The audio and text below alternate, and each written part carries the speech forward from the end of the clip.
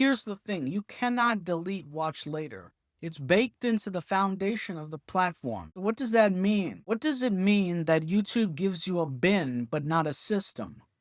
And what does that design choice tell you about how the platform thinks about you as a content consumer? For me, it means that YouTube thinks differently about content consumers than content consumers think about themselves. It means that YouTube is itemizing us as passive content consumers because they like to keep us in that realm. Now, it's hard to say that they're not serving us because the platform is built around us having an experience. But at the same time, we're not really being served as well as we could be because they are optimizing for things that don't necessarily include the health of the content consumer. They're optimizing for time spent on the platform.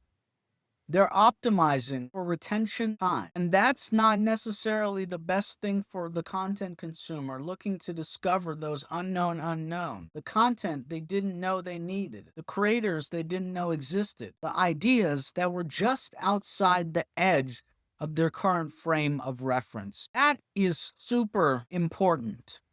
The unknown unknowns are super important. And tweaking the algorithm so that you get a wider variety of content over time based on your interest that requires deliberate intervention. It doesn't happen by default because the platform is not optimizing for it. For most people are not YouTube premium subscribers. That means they are dealing with ad placement. And ad placement means the platform would much rather push people into higher performing videos because high performing videos carry better ad rates, which generates more revenue.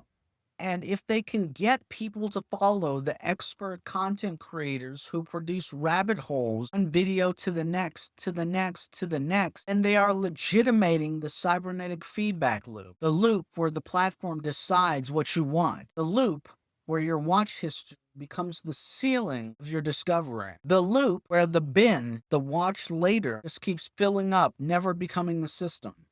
That is what it means that YouTube gives you a bin and not a system. It means the platform is okay with passive content consumption because the linear version of content consumption has always served their interests. But now, as we evolve past content consumers into content curators, we start using different things within the cybernetic ecology. Things like playlists, things like different aspects of technique deployed in context. And that's where the posture shifts. Here's the inversion. Most people accept the bin. The power of a playlist, the power of as an aggregator is to transform a bucket into a bin, into a system.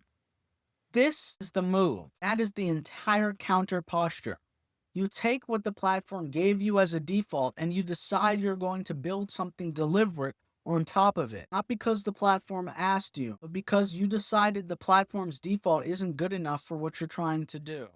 Question number 3. The origin of as an aggregator runs directly through watch later, because watch later was the first word available to describe the experiencing of wanting to hold on to content. So walk through that origin.